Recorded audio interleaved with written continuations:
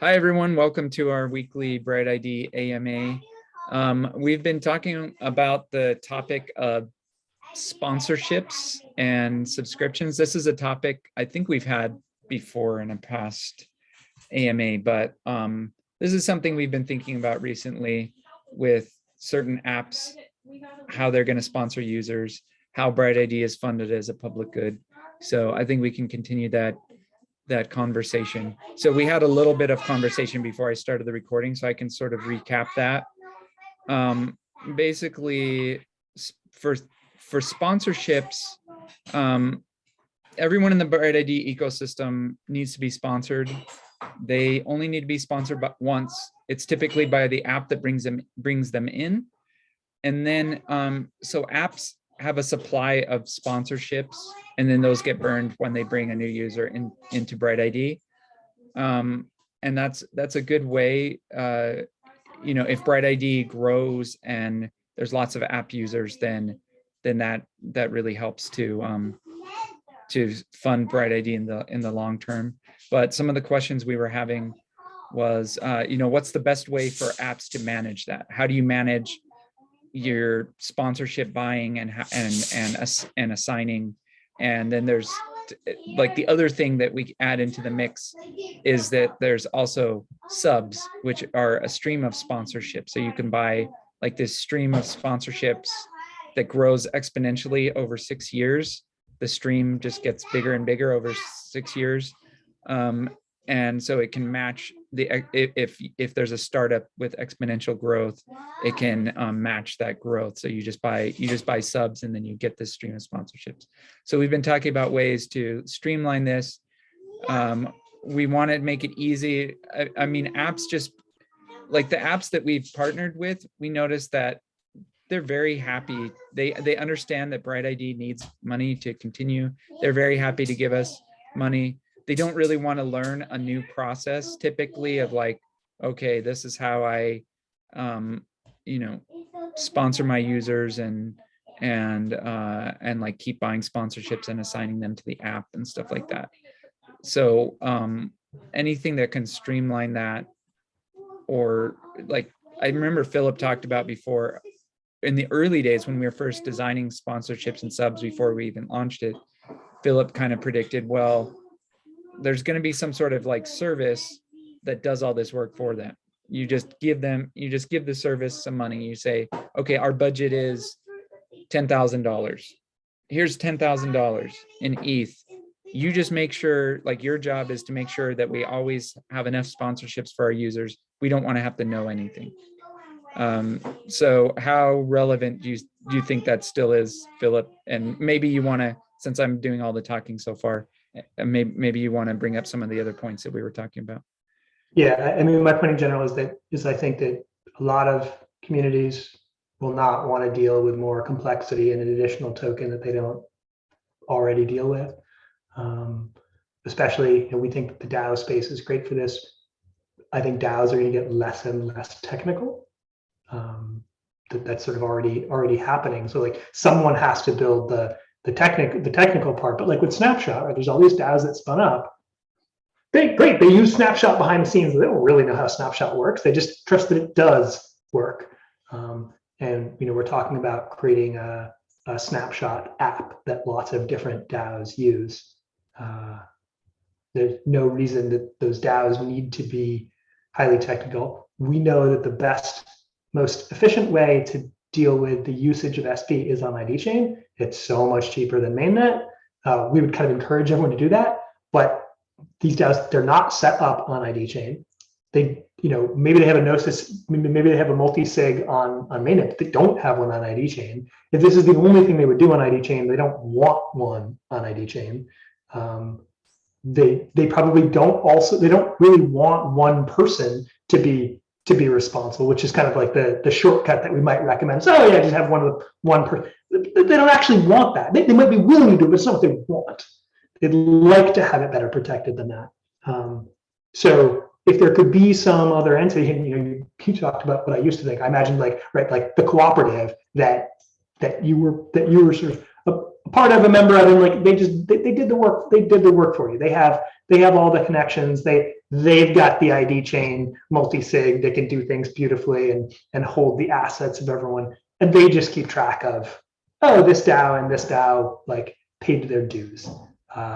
It also might be, I've thrown out the idea of, instead of doing it by like a one-by-one basis, do it by community size. So a project of a certain community size, it's like, hey, if you're under 100 people, you get to like come in at the low tier. And then if you're 100 to 1,000 people, it's like the next tier, and 1,000 to 10,000, and 10,000 to 100,000, 100,000, and in that way, the little fish can come in, get nice service because like the cooperative also deals with big fish, but they just will help them out a little bit. It's a small lift for the little community, and the bigger communities can pay the bill for the bigger ones.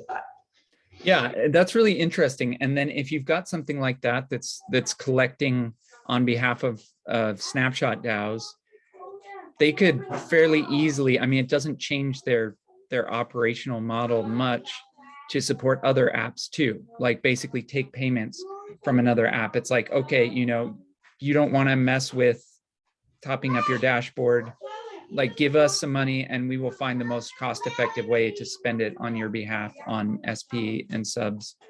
So like one thing you were saying is, like one strategy you can do is you could just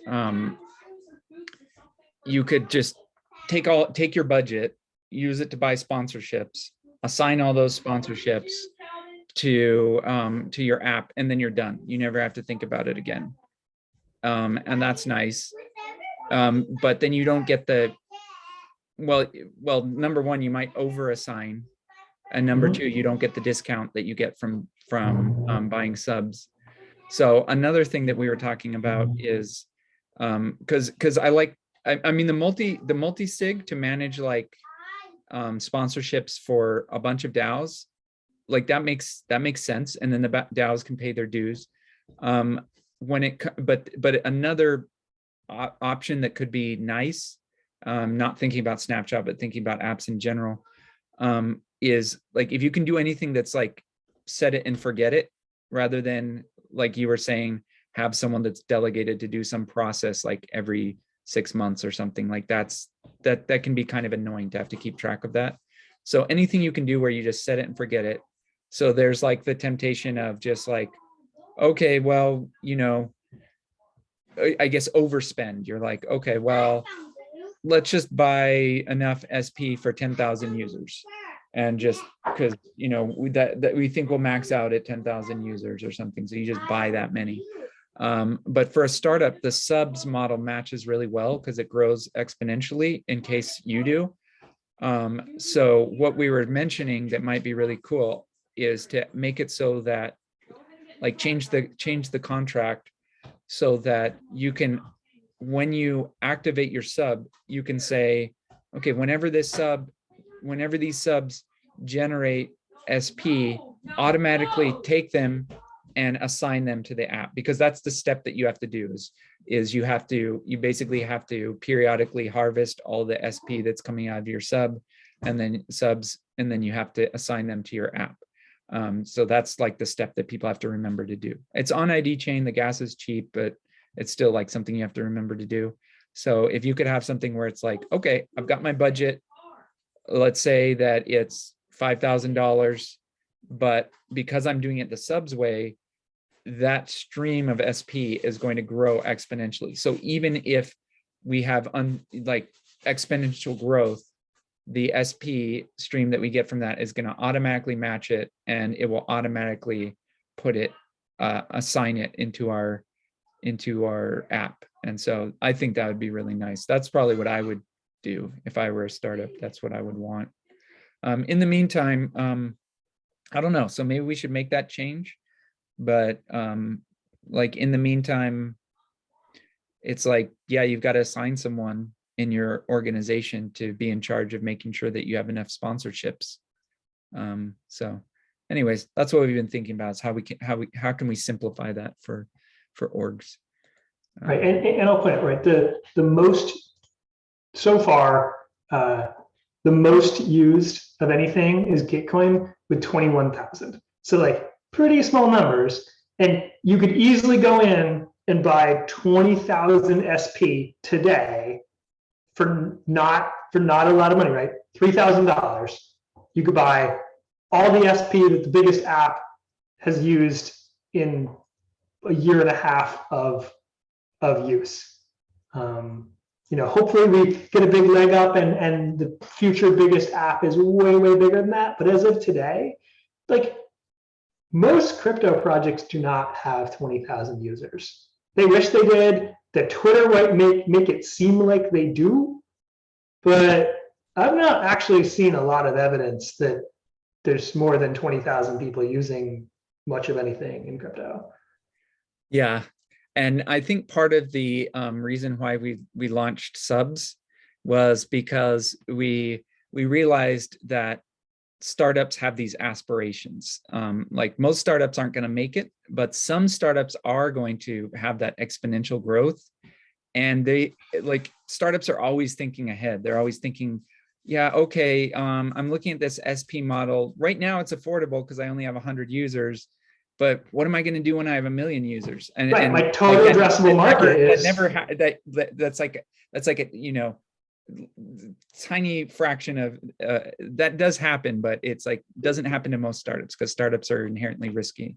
But like, as long as the SP is always mintable for $1, like sure you could have gotten a better deal than that. But if the max cost is $1 per user, I don't see how that would slow. Like any startup that's growing at some huge user number can afford $1 per user if you've got explosive growth. Yeah. Like so I'll never forget in high school when PayPal and what was that Elon Musk's one called, the bank the one that got bought out. Bank X or something. It ended up merging with PayPal and just became. Okay. Yeah. But there were two of them, and they were competing, and both of them offered a deal where if you got a new person to sign up, you got $20 and they got $20. And I was like a high school student, and I get a bunch of my friends to I don't know, I made $200-300 like with this as a high school student. I was like, this is amazing. Right, but they were paying $40 in cash to acquire a user, like not tokens. And that was right? that was back in the 90s. That was back in the 90s. Yeah. And remember, unlike so now there's these projects that are giving away tokens, right? But the tokens don't necessarily cost money. Like they have them internally. They can give them, and if people don't sell them, like maybe it works. But they were giving away US dollars. Yeah. $1 to acquire user is ridiculously cheap. So yes, you make a very good case for the sponsorship, for just using sponsorships and not even dealing with subs. But what I've noticed, because like we sold out of our subs sale, and what I noticed and there was actually more demand. Like people were asking, we probably could have sold more for $4 after that ended. Retrospect, I would have done that. Yeah. So the case for subs is because I've talked to, because I sold subs, so I know what people were thinking when they bought them. They had this startup mindset, like, because every startup, you wouldn't start a startup if you didn't think that you were going to be one of those lucky, like 10% or 1% that has exponential growth.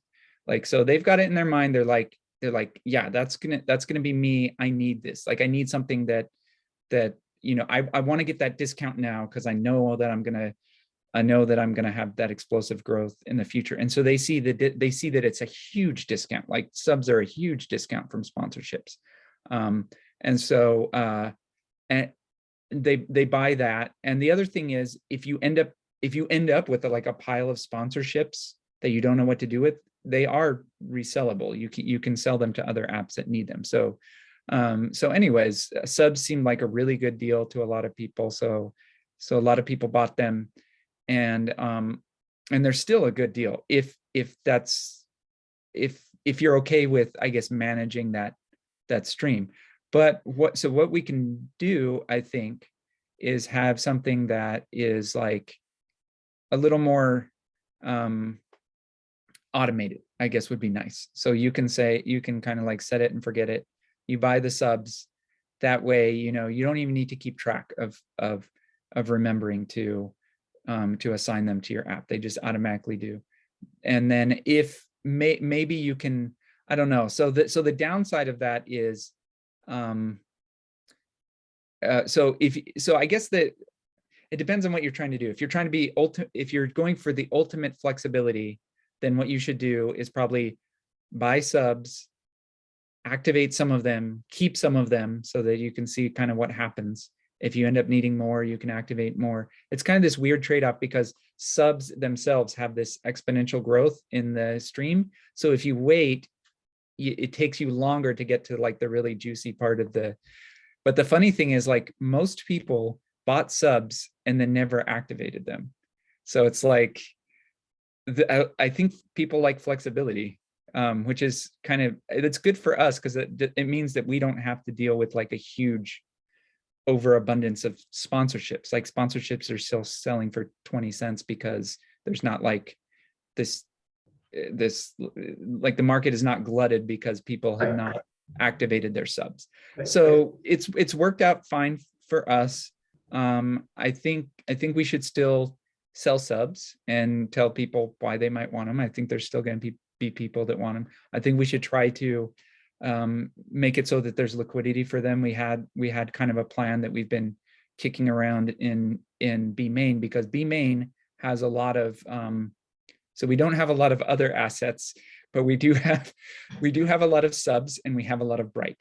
So we were thinking, make a Bright subs pool, and now that does a couple things. It's not, we crunched the numbers. It's not very good for B main itself, because impermanent loss and stuff like that, it's just not a good investment, so to speak. But it's a good opportunity for people who want to use Bright and people who want to use subs. So it's potentially really good for Bright DAO. It's potentially really good for people who want to buy subs or sell subs, to have this like liquidity that's Bright or subs paired with Bright.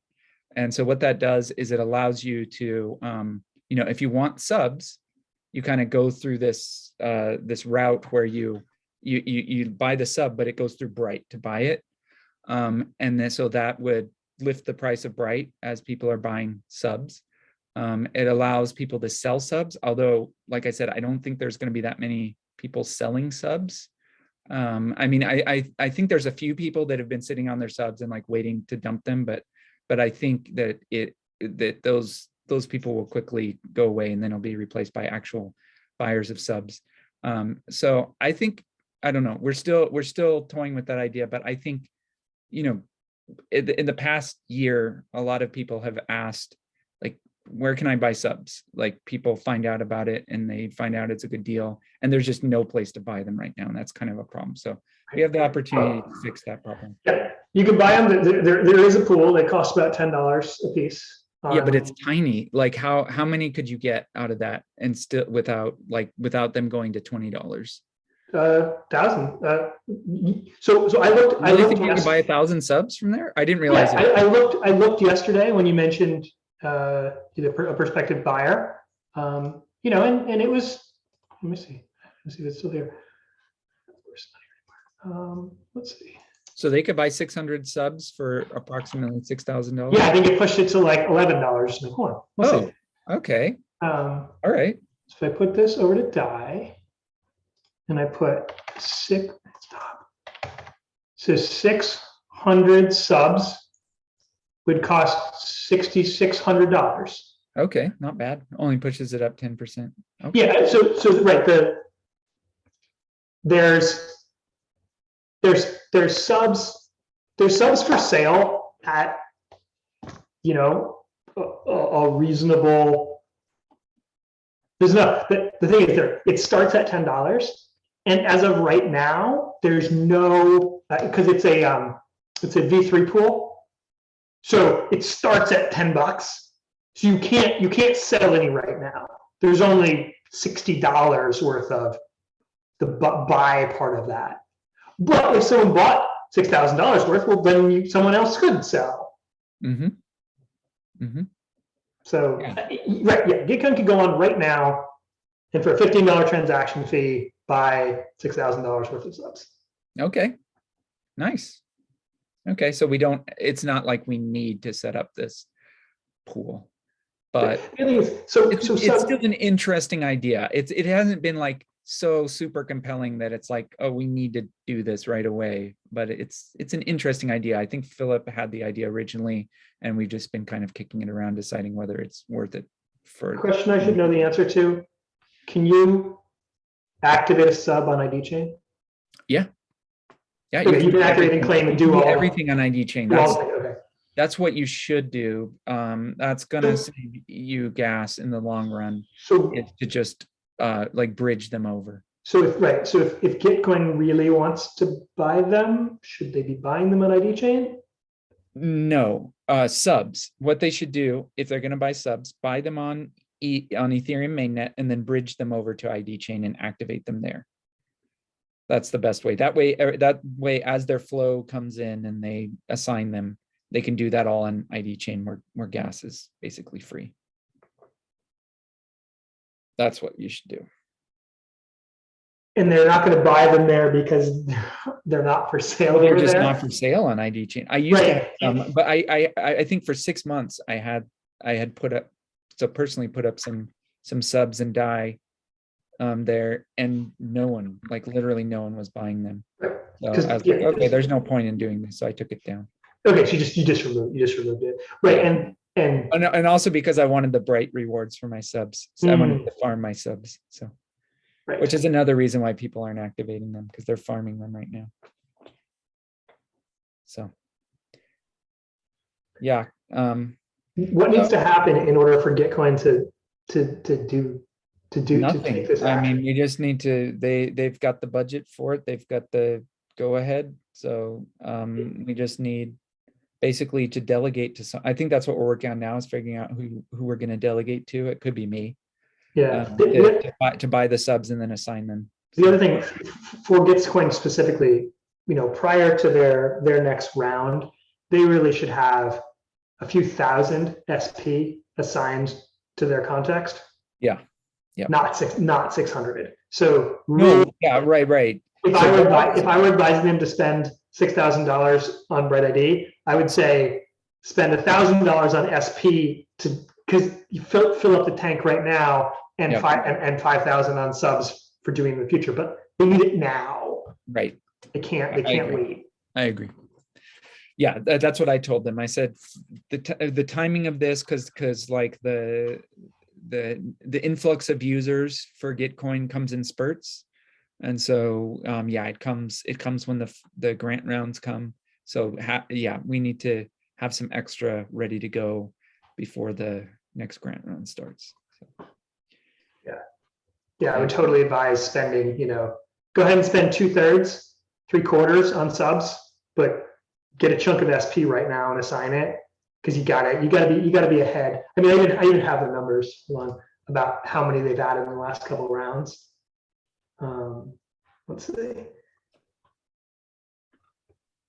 They used 2,100 last round, 4,500 the round before, 4,500 the round before that, 800 the round before that. So.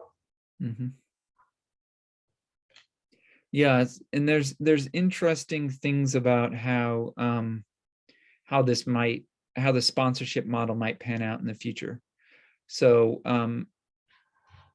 subs might just be this weird thing that like doesn't really get circulated in the future, and whoever happens to hold them is just going to be like SP whales in the future, and that's it. Or people could rediscover subs and be like, there's all these unactivated subs. I kind of like having this exponential growth. I think I want to get into that. And there could be like a resurgence in demand for subs. In the future, it could be that people are mostly self-sponsoring, um, or sponsoring their friends.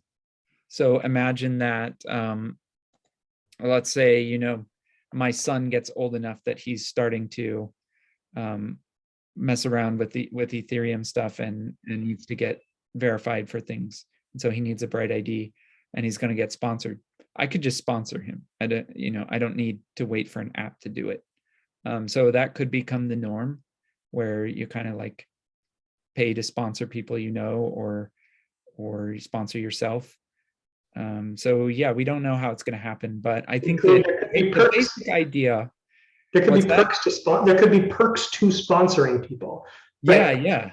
If you sponsor 100 people that go on to achieve B2 verified, whatever, then you get something. You get paid. You get an NFT, something. You get that. You do it 1,000 people. Like, right? Who did you bring in that ended up being a good BrightID user? And obviously, it can't just be on the sponsorship, because then people just go sponsor, BS accounts.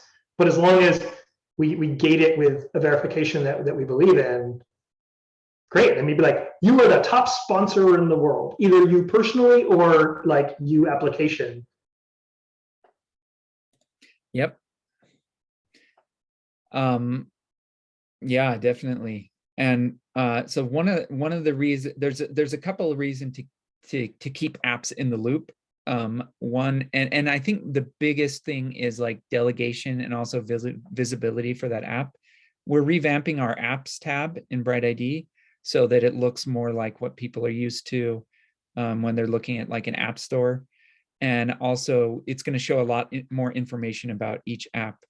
And the way that we have it now, and we think this is fair, is that apps that sponsor more BrightID users get better visibility in the App Store. I think that doesn't detract. Obviously, you can still search and filter by what you're looking for in the app. I don't think that detracts from the user experience of what's the next app you should find.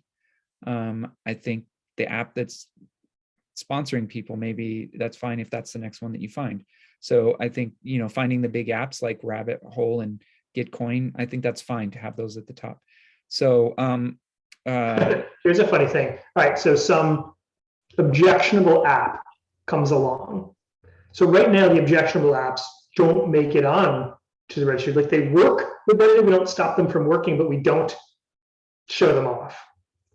But they buy and assign enough SP that they should be at the top.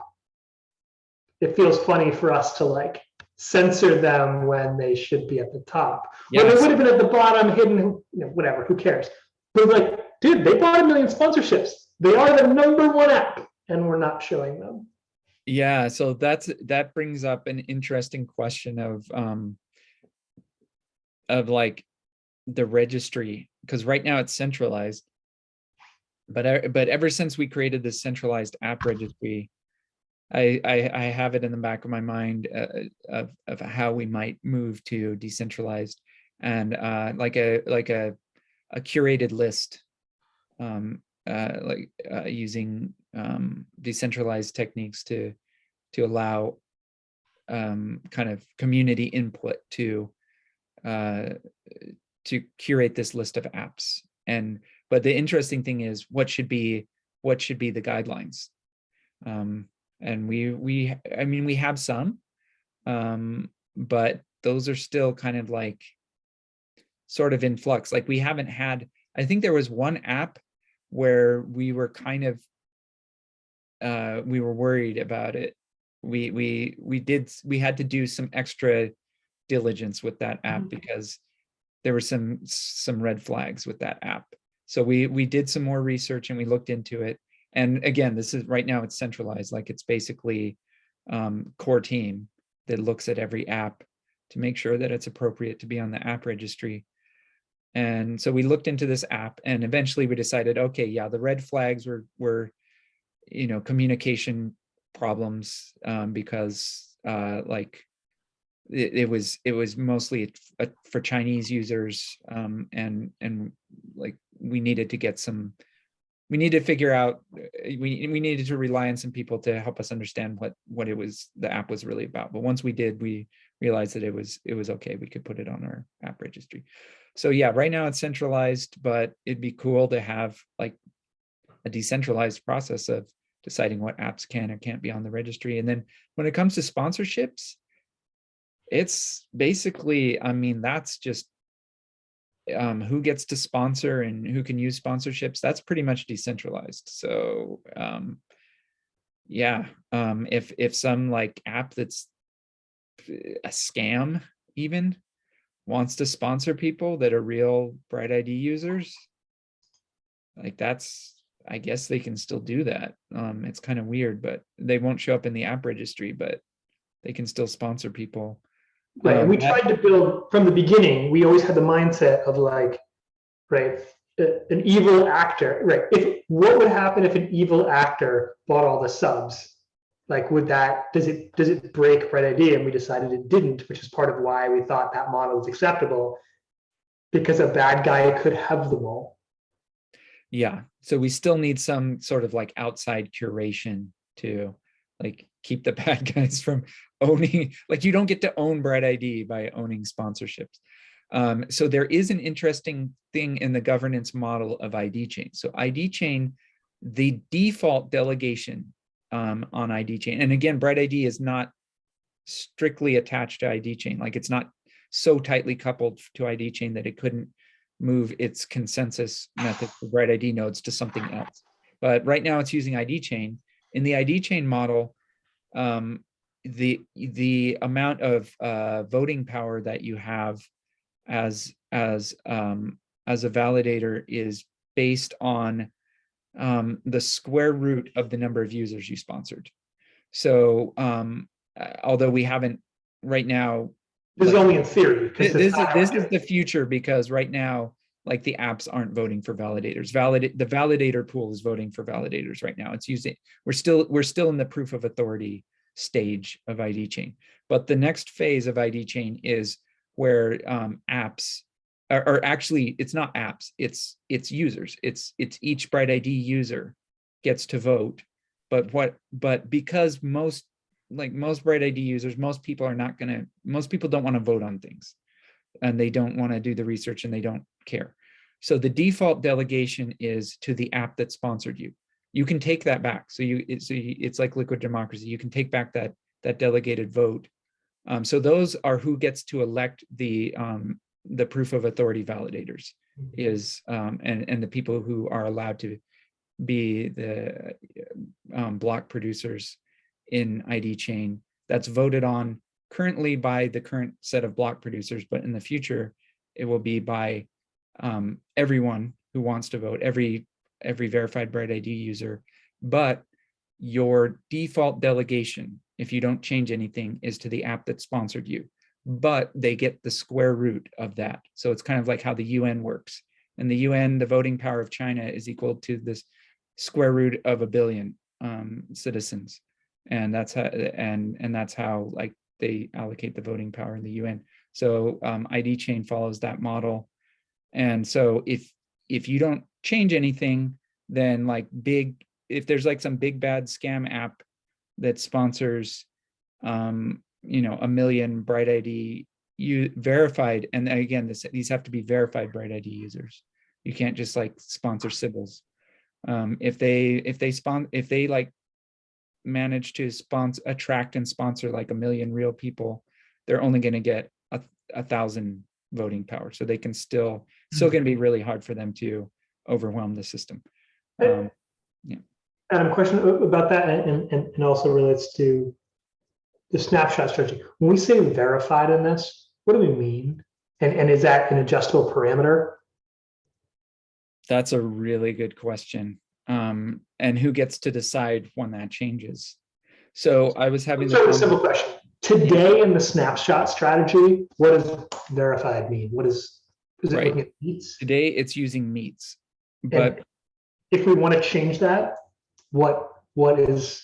So what it means is that the registry contract needs to be upgraded. So to take an example of something that's already using something similar, Clear Fund, CLR Fund, is they have a registry of BrightID verified users that they use for CLR fund.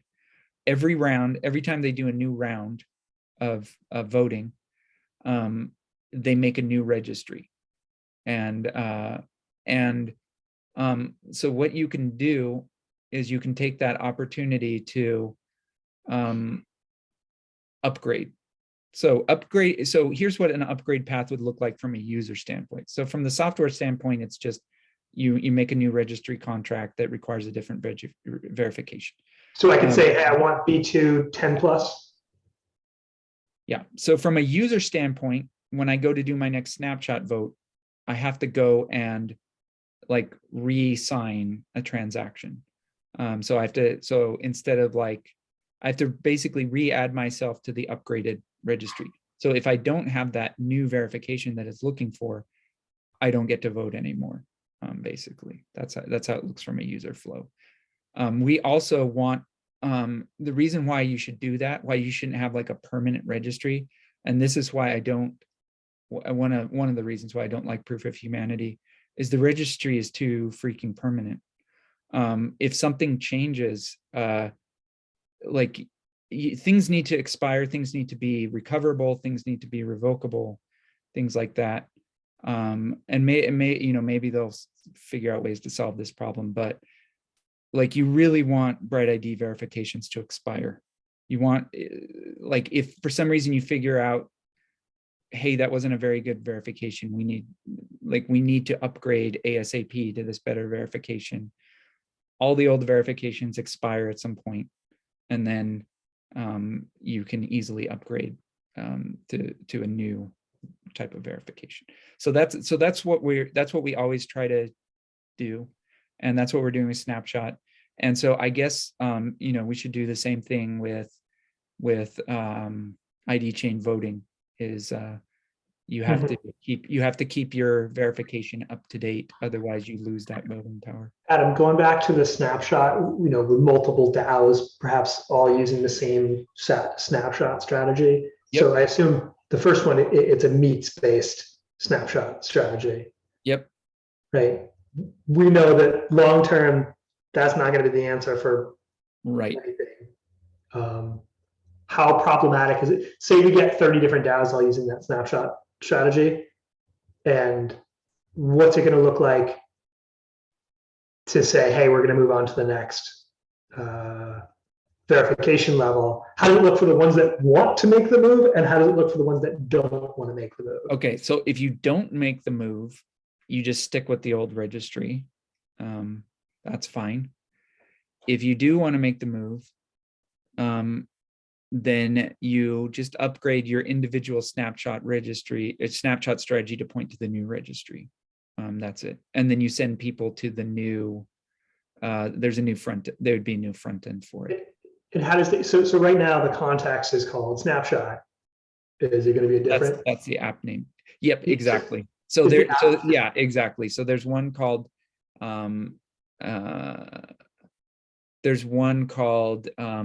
Snapshot. So if you want to support multiple verification types, right now, let's see, I think you could, because apps in BrightID API v6 have expirations, and so you could you could just allow them to expire, and then people re-verify with the new, either the old verification or the new verification. So like if they could re-verify with meets, and then they'd be able to use like the old registry, or they could re-verify with like B2 or something else, and then be able to use that for the new registry. So right now in V6, the linking step is coupled with the verification step because it uses blind signatures. And so you're basically asking the node, please sign this thing that says that I am verified under this specific verification. The user says which one they're interested in. So and then if you have if you have so you could potentially ask it for like two different verifications. You can't ask it for the same verification twice, but you could ask it for two different verifications with the same app. So I guess what I'm trying to say is we don't need to create a different app, but creating a different app is also very easy. Like it doesn't require, so creating there's a difference between creating an app in the app registry and creating just like an app. So anyone can create an app that you don't even have to tell the BrightID nodes about. You can just tell the BrightID node, hey, please sign this verification for app, and just invent some new app name. And the BrightID node will happily sign for that app if they haven't already signed for that app for you. They'll be like, okay, yep, we've never given you a verification for this app before, so sure, we will. So someone could say use Snapshot 2 as their app, and as long as the users had not gotten a verification for Snapshot 2, they can just go get it. They don't need to register with the app. So anyone can spin up, without registering with the app registry, they can spin up their new Snapshot registry using whatever verification they want. They can so you can kind of fork the Snapshot registry. But if you don't want to have to do any of that stuff, like you don't want to have to create your own smart contract registry, then you're kind of at the mercy of waiting for like this shared registry to upgrade. When you say that, I think of how in Aura, I've been pushing for sort of that top level answer, like low, medium, high confidence, like from the Oracle, which it changes what its expectations are, but the application asking the question doesn't have to change. Just the Oracle defines what's low mean, what's medium mean, and it changes over time. Like it moves the bar so that the application doesn't have to think about that. They just always ask the same question. Hey, do they have low confidence? Do you have medium confidence? Yep, it's the same way. So if you want to use the easy, like just works, I don't want to think about anything solution, then you got to wait for them to upgrade. And you're probably not going to be thinking too much about like which verification is better anyway. So you'll just go along whenever they upgrade, you upgrade. And the upgrade path for you would be to, like, I'm not sure about that. I'm not sure if they can just they may not even have to change anything, because let's say, because I didn't write the Snapshot strategy, so I'm not exactly sure how they work, but let's say that the Snapshot strategy just says, okay, I'm using this high level strategy, and my high level strategy is using BrightID plus this other strategy. Then let's say that one of those underlying strategy upgrades, do I have to change anything, or does it just work? If it just works, that's perfect. Then they don't have to do anything. And it just keeps working, and their users will have to re-verify, but they don't have to change anything at all with their Snapshot registry. If it doesn't work that way, and you have to like, you can't upgrade the BrightID strategy, you have to replace it with a different one with a different name or something like that to upgrade it, then they might have to change their strategy too. So there might be something. So I'm not sure about that. And then as far as like sending them to a different front end to add their users to a different registry, I do think that there is something there. But again, if this is something that's managed by like a shared group of people that are all managing how to do this, I imagine that it could be like a redirect or something. It could be like, or they just update that page and say something like, if you still want to use the old one, go here or something like that. So I think that this, like, I imagine it's not going to be require much thought or work. possibly no thought or work. It should just be like a set it and forget it thing where it's just like, okay, I know I want to use BrightID for my snapshot strategy. I'm just going to write the word BrightID right here, and then it should work until the end of time. I think that's pretty close to true. I really think that simple version is what lots of the folks are going to want. That's why part of why Snapshot has been so successful. You go in there and you look at all these DAOs you never even heard of, and it's because they can just go in and use it. They haven't built anything. They upload their logo and boom, they're in. Like, yeah. And then if you want to be on the bleeding edge, because maybe you want to use like the fancy new verification that the shared snapshot registry hasn't caught up to yet or something like that, then you just fork it and run your own strategy called like snapshot raid guild or BrightID, BrightID raid guild or whatever, So cool. Well, those are, maybe someone will be able to mine this video for some of these answers. I always wonder about that. I mentioned that to the coordination cluster. I'm like, if you guys are looking for stuff to tweet about, you can go watch some of the old AMAs because we talk about some interesting stuff sometimes. I think 20-second clips of like highlights of things that happen here. There could be some great ones. Like if you go way back, like before, like when it was just like building, none of it had happened yet. Probably some of the things that we said is like, haha, we called it. 18 months before it was a thing, we were like, well, yeah, it would be good if we did it this way. 18 months later, haha, we are not doing it this way. Cool. Were there any questions? I wasn't really paying attention to. Looks like in the chat. So Edward's interested in getting more involved. Sergey's giving him some places to check out in the Discord. Edward, if you want to say or ask anything live, now would be a great time. Otherwise, we're going to close this meeting down. Okay. Yeah, I appreciate everybody that joined this meeting. And if you want to learn more about how you can participate in BrightDAO, please just join the Discord and we will introduce you to some of our clusters that we have.